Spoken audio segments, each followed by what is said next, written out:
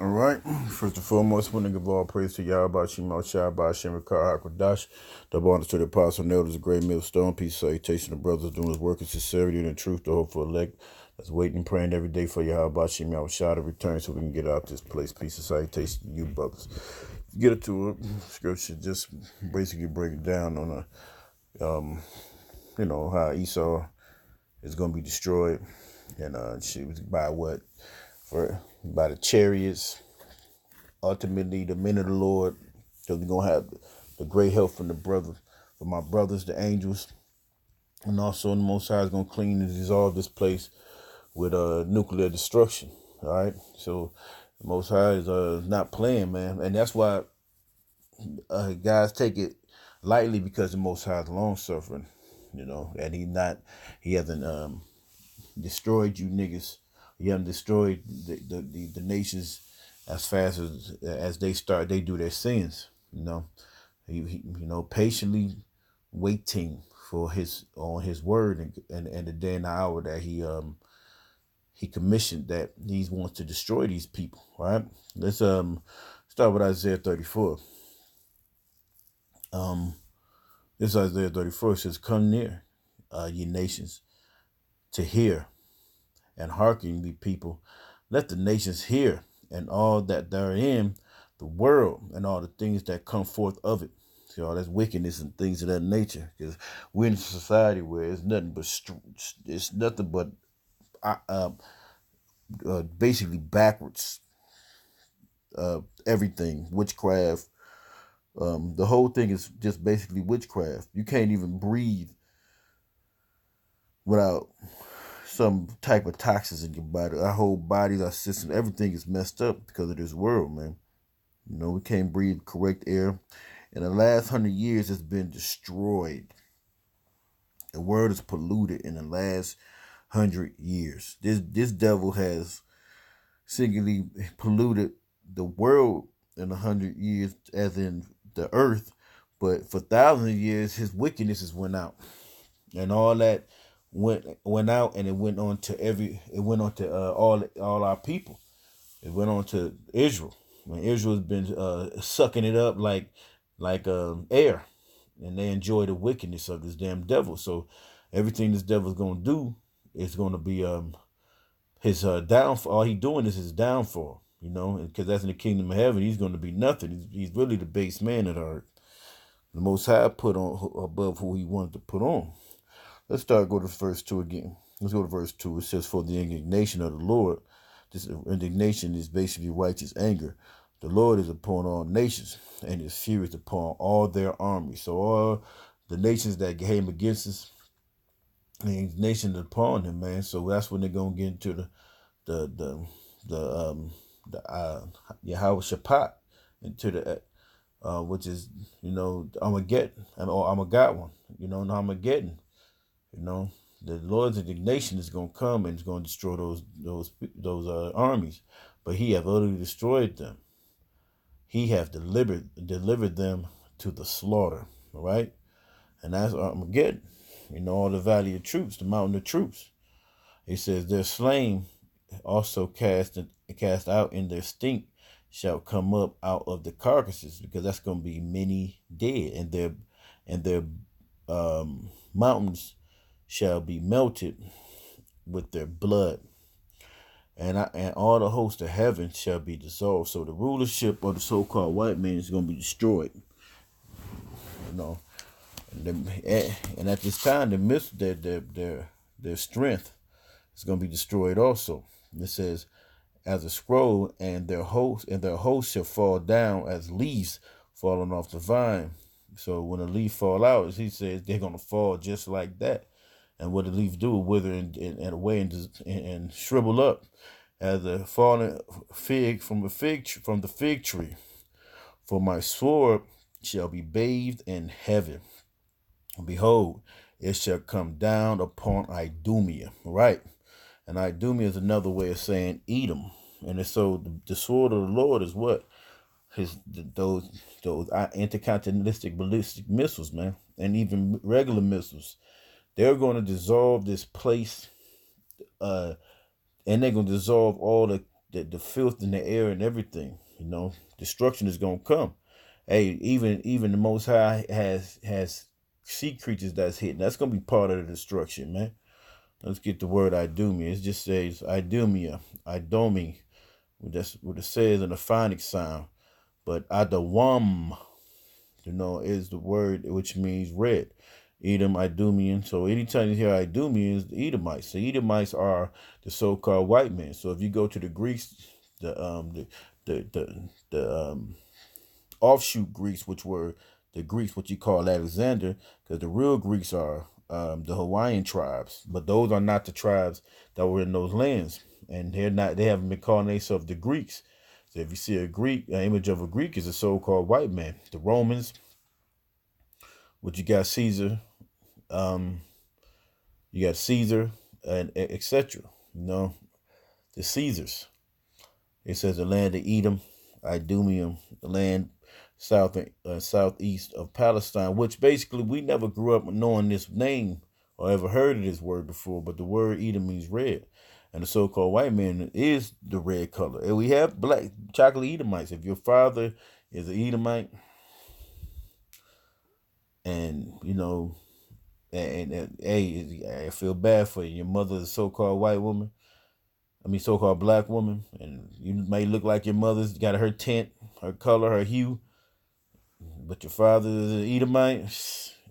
You're going right down with him, except if your spirit inclines to this message. All right, so you might be Israelite. Edom. They give you a content of Edom, who's the twin brother of Jacob, which Jacob was said called red, and Jacob was not called red. Esau was called red, and Jacob just came out and said he was a plain man, regular looking like his parents.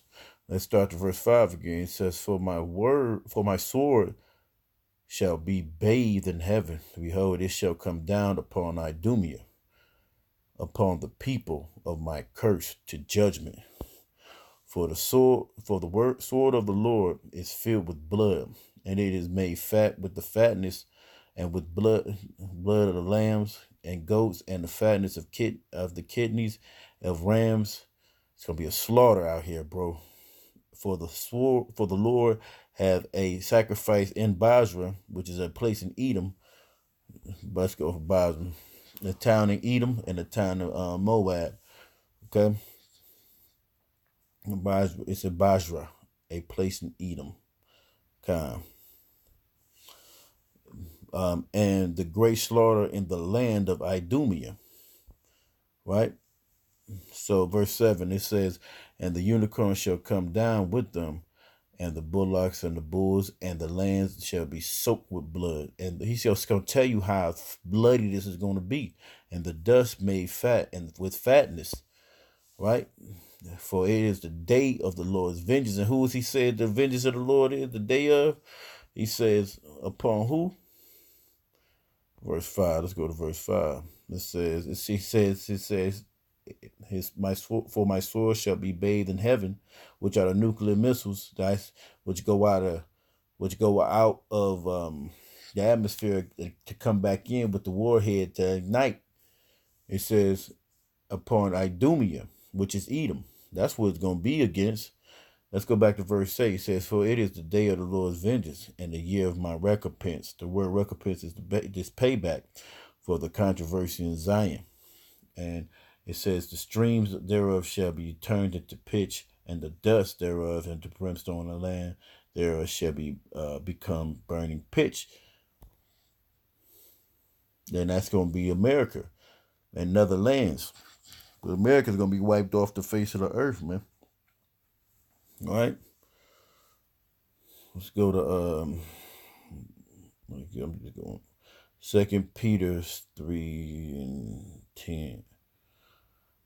2 Peter 3 and 10, it says, but the day of the Lord will come. It says it will come as a thief in the night, in the which the heavens shall pass away with a great noise, and the elements shall melt with fervent heat.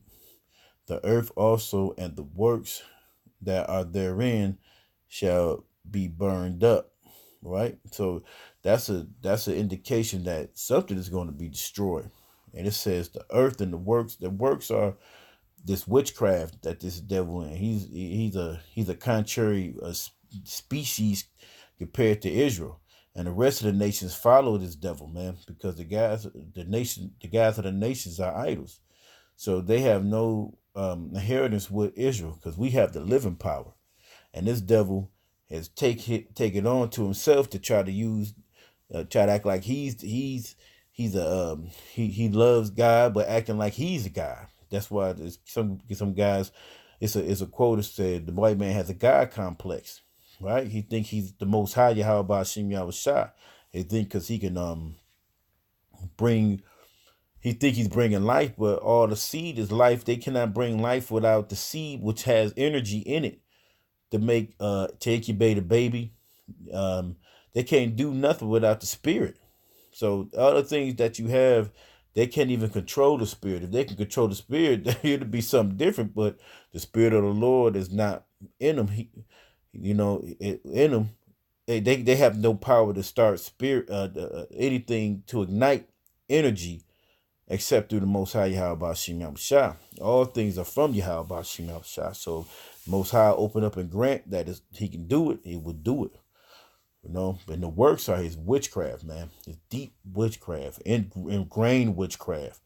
There's a lot of things we're gonna know in that after the destruction comes to this devil, man. We gonna understand this month how deep he was into his hell, this hell on Israel.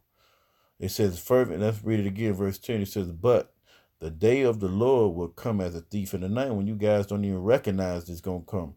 It says, in which the heavens shall pass away with the great noise. When you think Israel's in the confinement of you, and you got everything in your new world order is almost complete, the Most High is gonna come upon you, like the rest of the people that don't even understand and why they in certain positions, like difficult positions, and all of a sudden the missiles gonna start coming because America's gonna do something against the rest of these nations, and through the Spirit, the Most High is gonna send them off, man, and shoot at this place.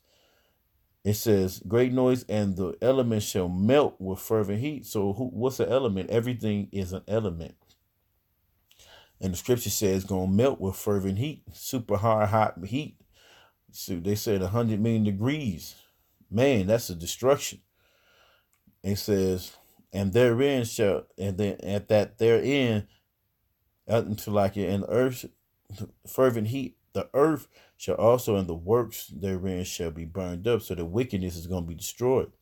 It says, "Seeing then that all these things shall be dissolved, what manner of persons are ye to be in all holy conversation and godliness?" So with all these things shall be dissolved. That's melted with fervent heat. The so-called white man's power is going to be dissolved.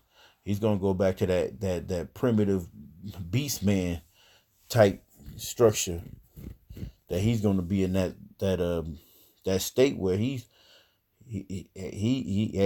can't say he didn't have a time to rule. He ruled with a wickedness of beyond wickedness, man. Looking for and hasting until the coming day of the Lord, of the day of the Yahweh Shem Shah, wherein the heavens being on fire shall be dissolved, and the elements shall melt with fervent heat. Nevertheless, according to his promise, because he promised this was going to come, look for new heavens and a new earth wherein dwelleth righteousness. So after all that destruction, things are like that's going to come. And that's going to come into the rest of the nations too, man. But the so-called white man is going to feel this destruction. He's going to feel that he shouldn't have put his hands on the children of Yahweh Shem Shah. The Most High got chariots that's out here, man, that's going to help assist with the destruction of this place. And they're going to get the brothers out in the same whoop. Man, it's going to be an exciting day, man. Therefore, beloved, seeing that ye look for such things, be diligent that ye may be found of him in peace, without spot and blameless. So you got to be stronger to understand of our power, man. Be diligent, because this place is gonna burn. You get to set. We do not want to say a counter fact That's why we got to give up. We giving up basically the life that we kind of had for for um for just to be saved from this destruction. You know. Let's go to Zechariah 1:5.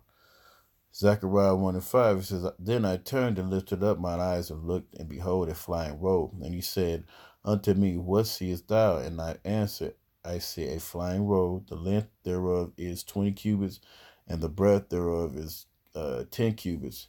Then said he unto me, This is the curse that goeth forth over the face of the whole earth. For everyone that stealeth shall be cut off as on this side according to it, and everyone that sweareth shall be cut off as on that side according to it. Right?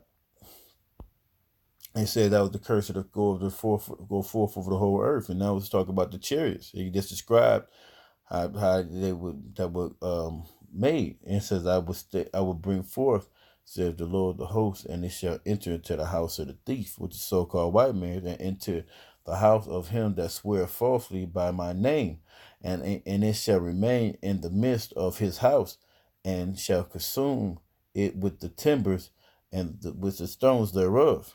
Right? He said so. There's going to be a destruction, and that's going to be a time where it's the Most High said He's gonna send him to the into the house of the thief. And he's talking about the chariots are gonna blaze this place, man. And then the missiles gonna come and like ignite this place, man. We ain't gonna have to see this place no more. It's gonna clean this place up, man. No. Then the angels that talked with me went forth and said unto me, Lift up now thine eyes and see what is this that goeth forth. And I said, What is it? And he said, This is an ephah that goeth forth. And he said, Moreover, this is their resemblance throughout all the earth. And behold, there was lifted up a talent of lead, and it is a woman that sitteth in the midst of the ephah. And he said, This is wickedness. And he cast it into the midst of the ephah, and he said, Cast the weight of lead upon the mount thereof. And I lifted up my eyes and looked, and behold, and come two women, and the wind was the wings, and they had wings like the wings of a stork, and they lifted up the ephah between the earth and the heaven. And I said to the angel that talked to me, Whether these what do these bear in the ephah? And he said unto me, To build it a house in the land of Shinar, and shall be established and set there upon their own base. But the point was up here. That was a destruction from the Lord, Yahweh Shem Yahushua. Okay? Let's keep reading. Okay? Because the so-called white man is going to have to feel it, man. Okay, let's go to here.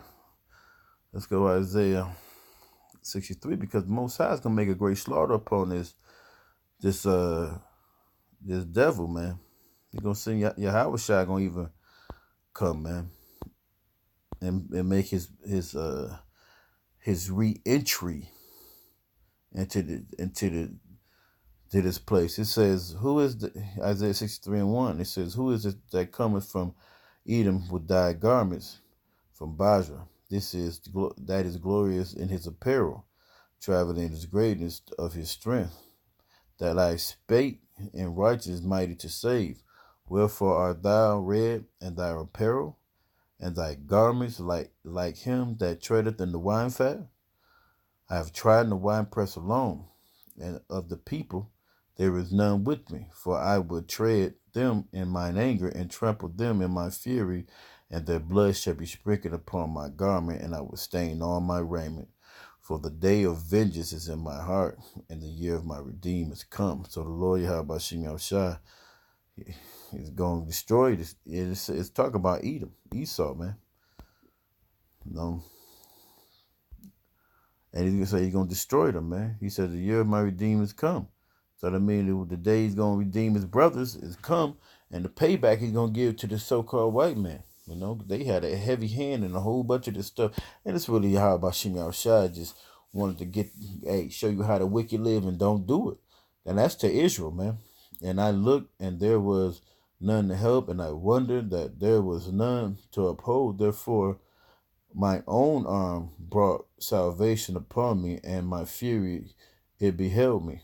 And I would tread down the people in my anger, and make them drunk in my fury, and I will bring down their strength to the earth.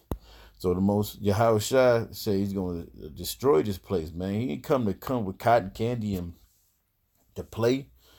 The spirit is going to be on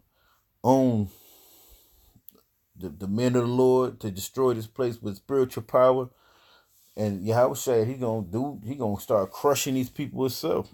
We're gonna have brothers like the angels come and assist us, man. It's gonna be great. It's gonna be a great day in the Lord Yahweh Bashim Yahushua. Look, this, it's gonna be great. Okay, this is Daniel 12:1. He says, and at that time shall Michael stand up, the great prince, which standeth for the people of thy people, the children of thy people, and there shall be a time of trouble,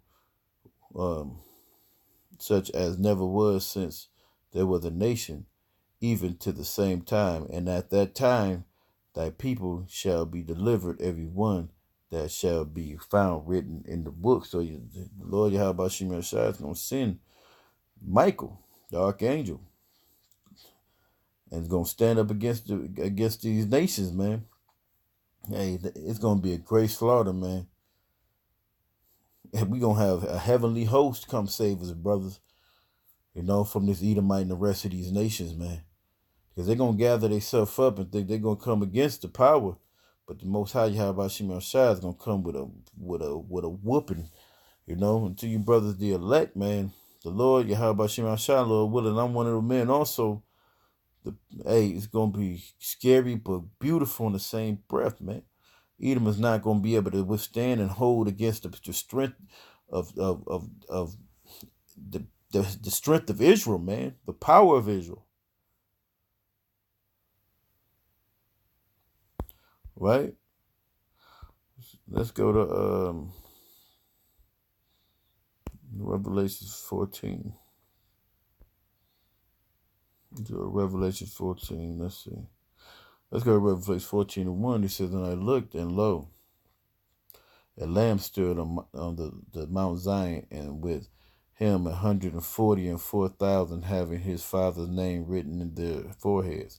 And I heard the voice from heaven as the voice of many waters, and as the voice of a great thunder. And I've heard the voice of harpers harping and their harps, and I sung as it were a new song, and before the throne and before the four beasts and the elders, and no man could learn the song but the 144,000 which were redeemed from the earth. And that's the elect, the election, that Kwambak Yah, man.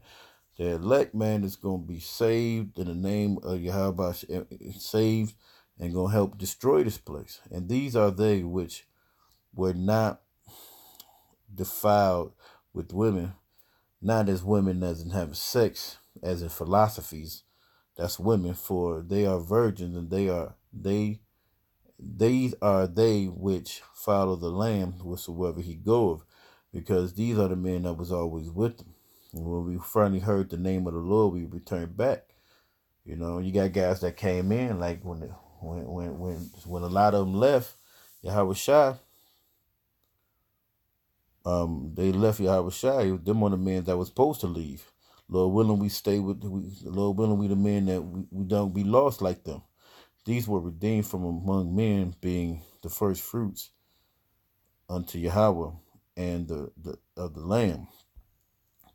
And in their mouth was found no guile, for they are without fault before the throne of Yahweh Shemar Shai.